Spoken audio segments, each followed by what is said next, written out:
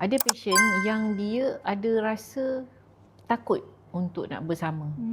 Bagi dia hubungan kelamin suami isteri ni membuatkan satu takut. Belum lagi hubungan ni.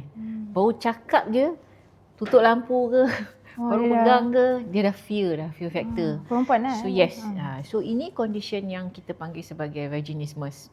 Satu ketakutan sehingga tidak boleh bersama.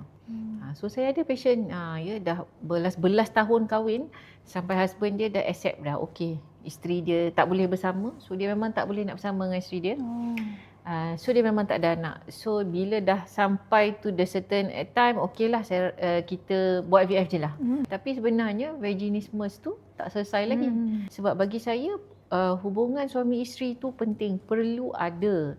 Sebab kita berkahwin bukan sekadar untuk dapat anak. Betul. Yes.